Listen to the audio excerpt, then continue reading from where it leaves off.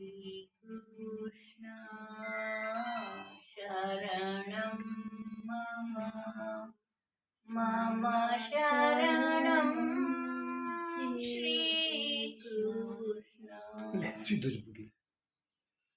मम शरणं श्रीकृष्ण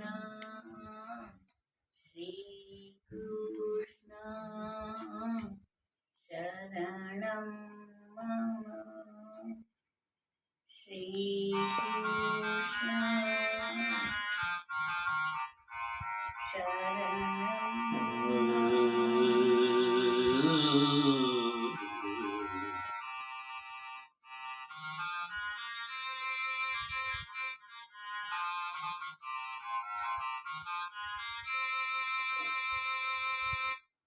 द्वात्रिंशोऽध्याय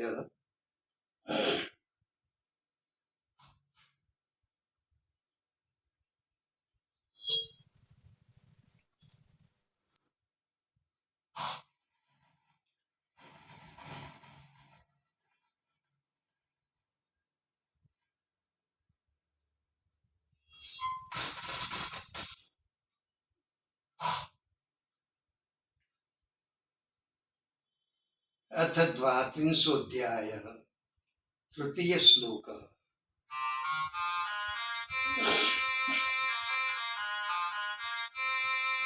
तं विलोक्य गतं प्रेष्ठं प्रीत्युत्फुल्लदृशो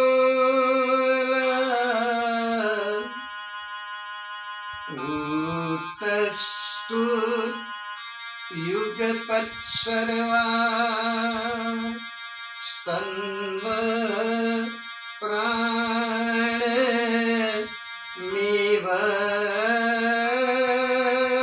गतम्।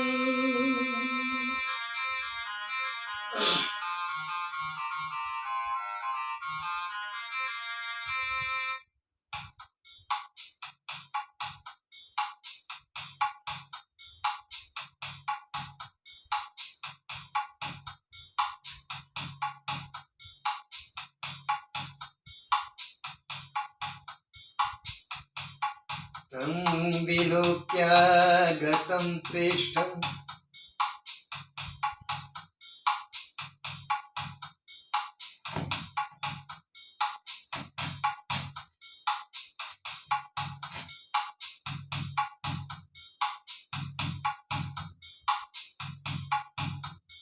तं विलोक्य गतं प्रेष्ठं प्रीत्युत्फुल्लदृशो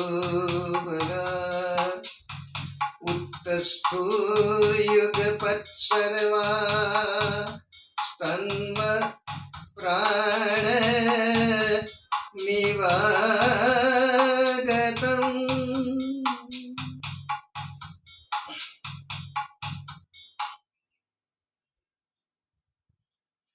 अब सत्संग करते 32वें अध्याय के तीसरे श्लोक पर। तं विलोक्य गतं प्रेष्ठं प्रीत्युत्फुल्लदृशो बला। तम पहला ही शब्द है तम। तम का यहाँ अर्थ है कृष्णम। तम विलोक्य, विलोक्यागतम, तम अर्थात कृष्ण, कृष्ण को आए हुए देखकर, आगतम विलोक्य तम कृष्ण, आगत विलोक्य, वो कृष्ण को वहां आए हुए देखकर सब गोपियां प्रसन्न हो गई और खड़ी हो गई। कैसे खड़ी हो गई? जैसे उत्तस्थूर्युत्पत सर्वास्तन्व प्राणमिवागतम। किसी शरीर में से अगर प्राण चला गया हो तो कोई भी इंद्रिय इंद्रियां कार्य किसी भी कोई भी प्रकार की इंद्रिय कार्य नहीं करती है। मुर्दा न तो सुन सकता है, न तो देख सकता है, न तो स्पर्श का अनुभव उसको होता है, न बोल सकता है। प्राण निकल गया। अभी मान लो कि किसी कारणवश भगवान की कृपा से वो शरीर में फिर से प्राण दाखिल हो गया, प्राण आ गया फिर से। तो जो सब इंद्रियां कार्य करना छोड़ दिया था इंद्रियों ने, वो सब इंद्रियां अभी कार्य करने लगी। जैसे कि उसने आंख खोल दी, इधर उधर देखने लगा, वाणी से बोलने लगा, मैं कहाँ हूं, कहाँ ले आए हो मुझे। किसी ने कहा कि अरे तुम्हारा तो ऐसा हो गया था, लेकिन भगवान की कृपा से ऐसा हुआ। तो बोले ऐसा, अच्छा। तात्पर्य के सभी इंद्रियां खड़ी हो गई, इंद्रियां कार्य करने लगी, सभी इंद्रियां कार्य करने लगी। जैसे प्राण मिवागतम, प्राण फिर से आने पर सभी इंद्रियां खड़ी हो जाती है, ऐसे। दूसरी तरह से इस श्लोक को देखे तो जब प्राण निकल जाता है शरीर में से,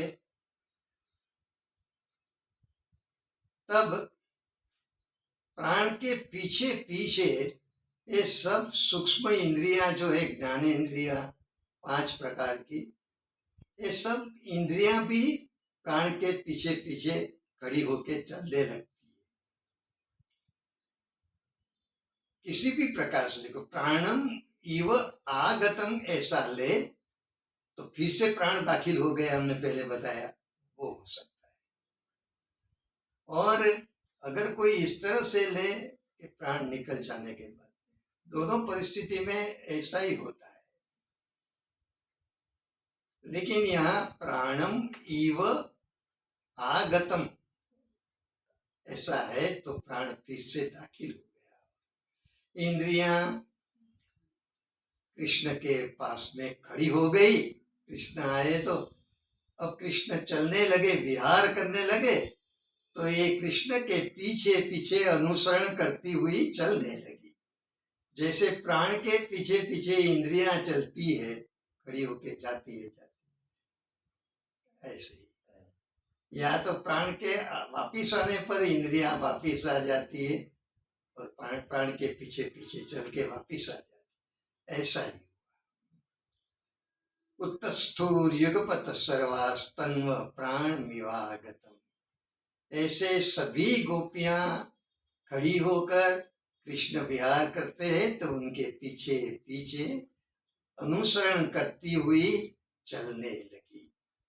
बोलिए तीसरे श्लोक के सत्संग की जय। आश्रम समन्वय वाले मुरली मनोहर लाल